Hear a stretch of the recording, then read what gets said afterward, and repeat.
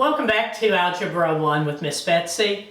Our countdown continues. This is our next to the last video for this particular school year. So hang in there, guys. You're almost finished.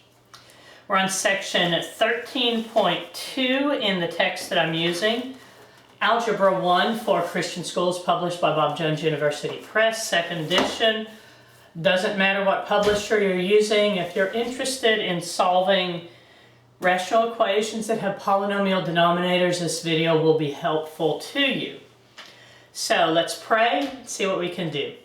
God, thank you for your presence with us. Thank you that you've brought us through this school year and that you've taught us many new things, not just in algebra, but in our other subjects and in the life experiences that we've had this past year. Help us always, Father, to be willing to learn from you. Help us to be attentive to those things that you call us to. In Jesus' name, amen. Okay, let's say you have a wooden crate and you have a dozen ducks in that wooden crate. What is it that you actually have? You have a box of quackers. Elmer Fudd and his quackers. Let me read a little bit from this. This says, to solve rational equations, apply the same rules you've already learned for solving an equation containing fractions. The denominator in these rational expressions will either be a first or second degree polynomial. What we did in our last lesson that we had, section 13.1, is calling them irrational equations, but they were still really just fractions because there were no variables in the denominator. What we're going to do today is we're going to see that a rational equation is, according to your book, and I'm reading, it's an equation containing a rational expression with a variable in the denominator, and we're going to solve these exactly the same way. We're simply going to multiply both the left-hand side and the right-hand side of that equation by the least common multiple, or the common denominator. So let's go ahead and look at example 1 on our text, which asks us to solve 9 over x plus 3 is equal to 9. Little bit different looking in that it doesn't look like a normal fraction anymore, or anywhere close to a normal fraction, because we have that binomial in the denominator, but it's still a rational expression because it's the form of a numerator over a denominator. What's the common factor in our denominator here? It's very easy because the denominator of 9 is 1 times x plus 3. So we have identified now that our common denominator, or our LCM, is the factor x plus 3. So what did we learn in 13.1, and what did we learn when we are clearing equations of fractions? Well, we learned that we multiply both sides of that equation by the common denominator. In this case, that is x plus 3. Okay? Am I all right with what I've done here? Look at my equation. It's out of balance, so that's pretty scary looking in the video. I've multiplied the right-hand side, the left-hand side of the equation by x plus 3, but I also have to multiply the right-hand side of the equation by x plus 3 as well. Now what do? Well, we're going to cancel whatever common factors we have. This is what you've been practicing for all through section 12, chapter 12, where you saw that you could cancel binomial factors. We have a factor of x plus 3 in the numerator and in the denominator, both of which cancel. Isn't that nice? 9 is equal to 9x plus 27. I've simply distributed here. Now what am I going to do? I'm going to isolate the variable by subtracting negative 27 from both sides of the equation, which gives me negative 18 is equal to 9x. Now I divide both sides of this equation by 9, whether you show it or not. doesn't matter to me at this point, and you have that negative 2 is the value of x. We've solved this original rational equation. Let me go ahead and rewrite it over here. Take just a second to illustrate that it's true. 9 divided by x plus 3.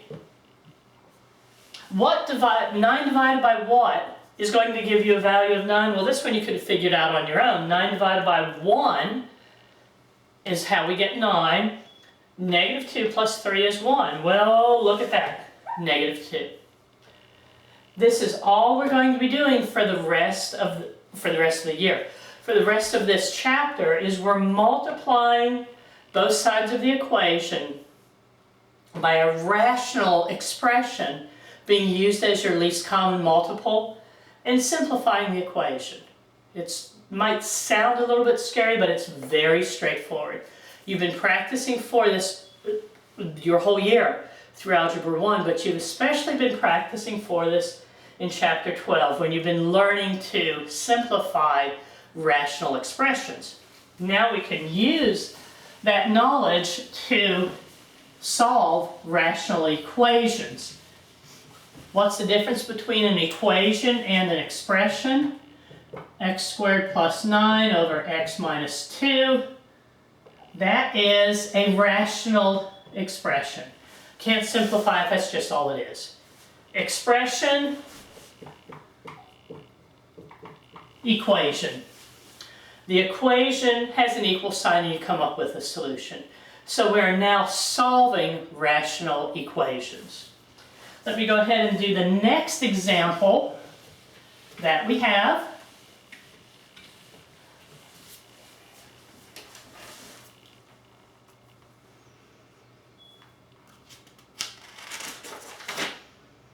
Say that we have x, 5 over x plus 1,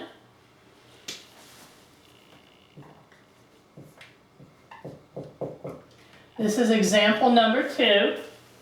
5 over x plus 1 is equal to a negative 2 over x minus 6. We're going to solve this. What's our common denominator? We have two factors. We have a factor of x plus 1. We have a factor of x minus 6. So our common denominator is the least common multiple, which is x plus 1 times x minus 6. We're going to multiply both the left and the right side of the equation by that common denominator. X plus 1, x minus 6 times 5 over x plus 1 is equal to x plus 1 x minus 6 times negative 2 over x minus 6. Now what are we going to do?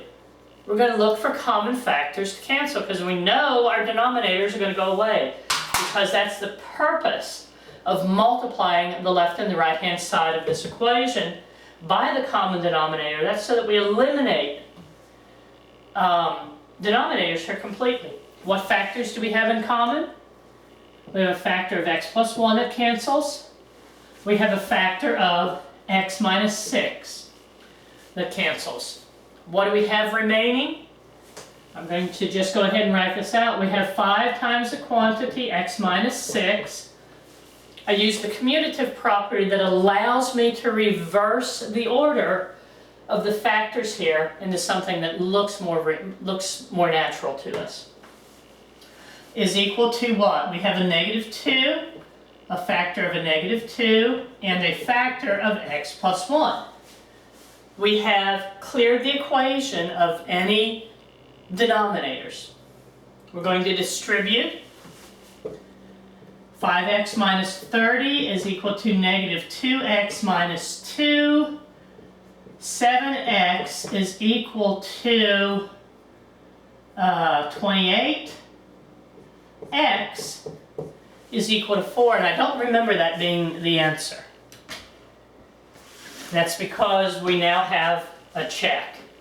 Now remember just a day ago when you looked at the video for 13.1 and I was illustrating, we were just clearing equations of fractions. I said you don't really have to check. You do always need to check when you're dealing with rational expressions. Now why would that be? Can you remember back several weeks and we were finding out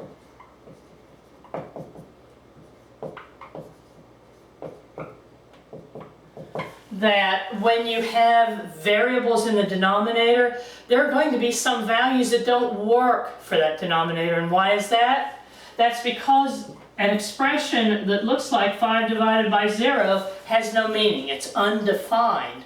We learned that division by 0 is impossible. So you cannot have 0 in the denominator. So anytime you solve a rational equation that has variables in the denominator, you have to make sure that your equation works. And a quick and dirty way to just let you know that you've got a problem is if you put this in to the denominator and you end up with a 0, you've got a problem. Well, 4 plus 1 is 5. 4 minus 6 is negative 2. So you're all right, you don't have a 0 in the denominator, but you still need to go ahead and verify that your solution checks when they ask you to do that. You always have to make sure that here x can't be 6, x can't be a negative 1. You have to make sure that the value that you got for x doesn't make the denominator become 0. Do you understand what I'm saying? So 5 divided by 4 plus 1, is that the same as a negative 2? No. Okay. Divided by 4 minus 6. 5 over 5, is that the same as negative 2 divided by negative 2? Yes, it is. 1 is equal to 1. So this is all we're going to be doing when we are working with solving rational equations that have a variable or variables in the denominator. Let's go ahead and look at example 3 now. This one is much longer, but it's still the exact same principles that we've been talking about. Remember what you've been taught. Leave yourself plenty of room on your paper. Some of these problems might take you half a page of paper because there's so much to write. But it's very methodical, and it's like the Bible talks about, line upon line, precept upon precept. One step at a time. And there's also a verse somewhere in Proverbs that says, steady plodding brings success, I think. You know, hastiness leads to ruin, but steady plodding, being diligent and disciplined, is going to give you the result that you're looking for. And that's what you're going to see when you're working with solving these rational equations. So we have this equation we want to solve, x minus 12 divided by x minus 10 is equal to 2 over x minus 20 over x squared minus 10x. Okay? Take the time to make sure you copy everything correctly. You remember in class on Friday, I was talking and I said something, maybe x squared, and wrote an x, and y'all said, hey, isn't it supposed to be x squared? It's easy to forget an index or to change your negative sign, or to change your signs. And these are long enough problems, you don't want to miss something because you wrote something incorrectly. X minus 12, x minus 10, 2 over x, 20, x squared minus 10x. We have three separate terms, all of which have different denominators. So we have to determine what our common denominator is. X minus 10, x squared minus 10x. What do you notice here? You notice that this hasn't been factored. If we were to factor this denominator here, we would end up pulling out that common factor of x and leaving x minus 10 in the denominator. X minus 10 times x is our common denominator. All right? So we're going to multiply both the both the left-hand side of the equation and the right-hand side of the equation by our common denominator. So this is going to be x times x minus 10 multiplied against our existing rational expression of x minus 12 over x minus 10. We're going to do the same thing with this first term. X times the quantity x minus 10 multiplied against 2 over x minus, going to do this one more time, our common denominator is x times x minus 10 times 20 over x squared minus 10x. Now we're going to go ahead and cancel common factors. If we're doing this correctly, we'll eliminate the denominators. We have a denominator factor of x minus 10. That eliminates that. We have a factor of x in the numerator and the denominator. We have a factor of x times x minus 10 in two different forms in both the numerator and the denominator. So we have now cleared this equation of fractions, if you will. Not technically correct to say fractions, but we've eliminated all the denominators. Now we can distribute. What are we going to have? Left here we have x times the quantity x minus 12 is equal to, I have x minus 10, and I have 2. 2 times the quantity x minus 10 minus x times 20, which of course is 20x. So I'm going to say minus 20x. Now we'll go ahead and distribute x squared, minus 12x is equal to 2x minus 20 minus 20x. Let's see, x squared minus 12x, 2x minus 20 minus 20x. Now, what do you see? Can you project several steps ahead and see what's happening? We've got a square term here, and we don't have another one someplace else. What's that mean we're going to have to do? It means we're going to have to factor. 2x negative 20x. This becomes a negative 18x. We're going to add 8. I'm going to just go ahead and take another step. X squared minus 12x is equal to negative 18x minus 20. Because we have that square term, we're going to have to factor. We need to move everything onto the left-hand side of the equation. We're going to subtract 18x from both sides of the equation. X squared minus 30x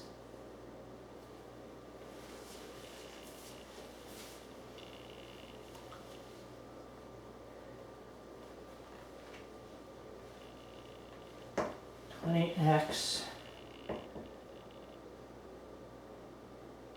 Okay, I'm not going to re-record this. This is our last video. Just going to say let's rewind back up to here. My sloppy canceling here showed that I had a factor of x left. Because I did not have this in factored form, that denominator right there is actually x times x minus 10. Which means that instead of that being a negative 20x, it's a negative 20. Okay? Let me erase this. Remember I told you in class that the value in a math class of having the answers, checking your answers, is so that you can, when you get to where something's not working right, you can go back and say, what did I do? You can catch your error, you can reinforce to yourself, write notes on your homework, say, oh, be careful, I forgot to cancel that. Okay, that's why I'm not redoing this video. Because even though I said that cancels completely, as I was talking to you, by the time I got to the next step, I didn't have a slash through that x, so I missed it. So we now have x times x minus 12 is x squared minus 12x. 2x minus 20 minus 20. So now 14 and 40. 14 and 40. Okay. Now we're going to be able to factor, because what I was doing is my mind is going several steps ahead. As I've told you, I'm thinking, this isn't going to factor, I know it needs to. Which led me to go back and see what my problem was. Now we're caught up.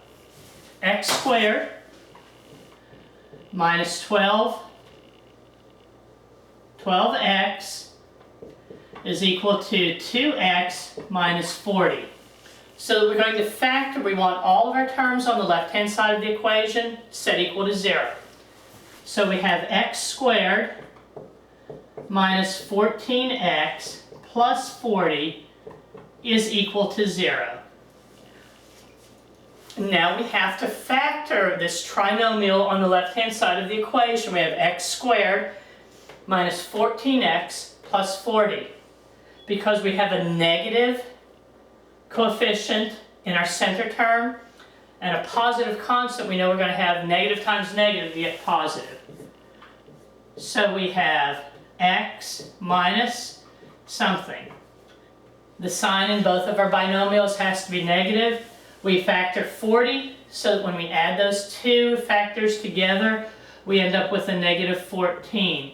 And we have x minus 10 times x minus 4 is equal to 0, so that x can be either 4 or 10. We've solved these. X can be equal to 4 or 10. Now is this our solution? Do I just go ahead and square that off and say we're done? No, because anytime you have a rational expression in the denominator, you have to go ahead and look at those solutions and see if there are any of them that are excluded. And you would exclude a solution because if you used it, it would make your denominator go to 0. So we have two possible answers here. I'm not going to go through the complete check. I'm simply going to look at the denominator. If we use x is 4, we've got a negative 6, a 4, and that's not going to end up with a 0. But what happens if we substitute in 10 for the value of x? All of a sudden, right here, we have 10 minus 10 is equal to 0. Division by 0 is undefined, so when you have a value of 10 here, it gives you an undefined expression, so you have to eliminate, or you have to exclude that value of 10. Even though 10 was a true solution to this equation, because you're dealing with quadratics, you have to verify, because sometimes, remember we use the word extraneous, sometimes we introduce extraneous solutions, which are solutions that work when you factor, but don't work back into the original problem. Okay? Go ahead and rewind that example if you need to. Make sure that you've got it understood really clearly. I have one more example that I want to work for you. And this is example 4.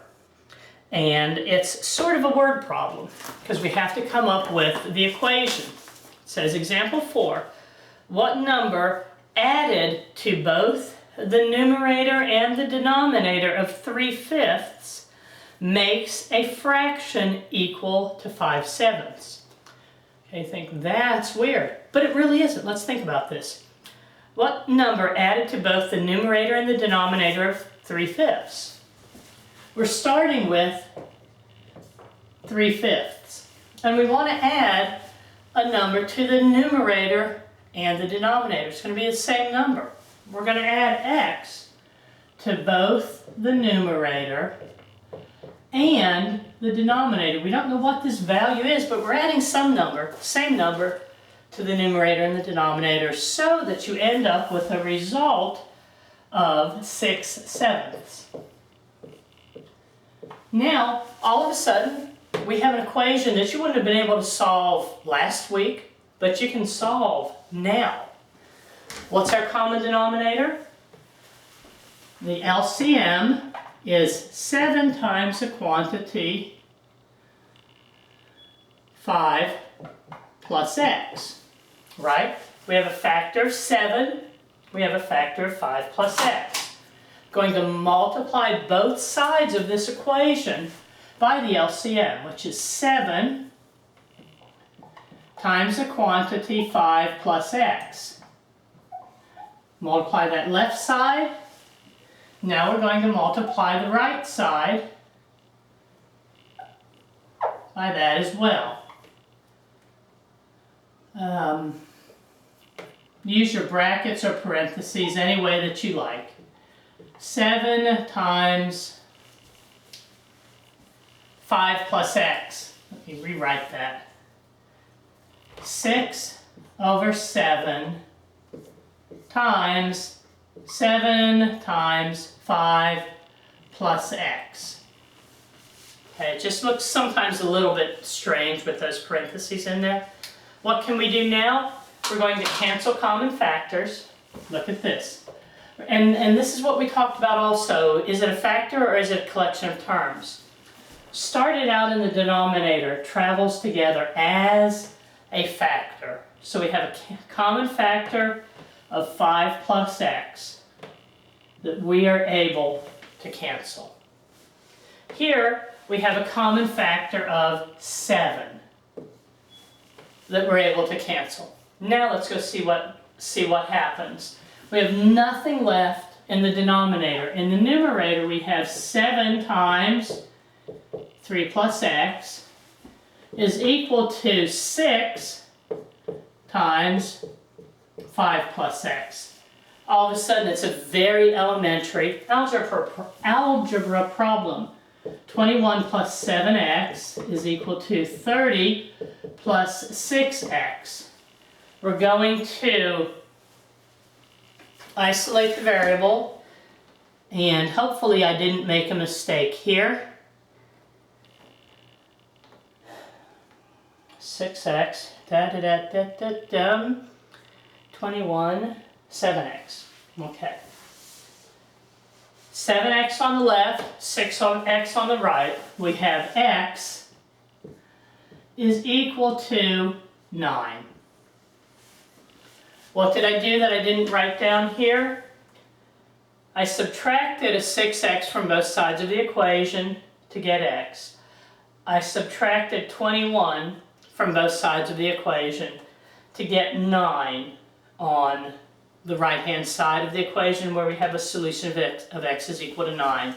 Now we need to verify that this number works in our original equation. What was our original equation?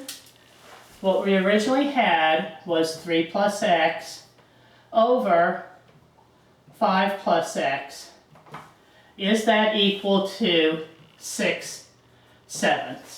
We already know that it's not an extraneous solution because if x is equal to 9, that does not make the denominator equal to 0, does it? But let's just verify that it works the whole way. in this equation, 3 plus 9 over 5 plus 9,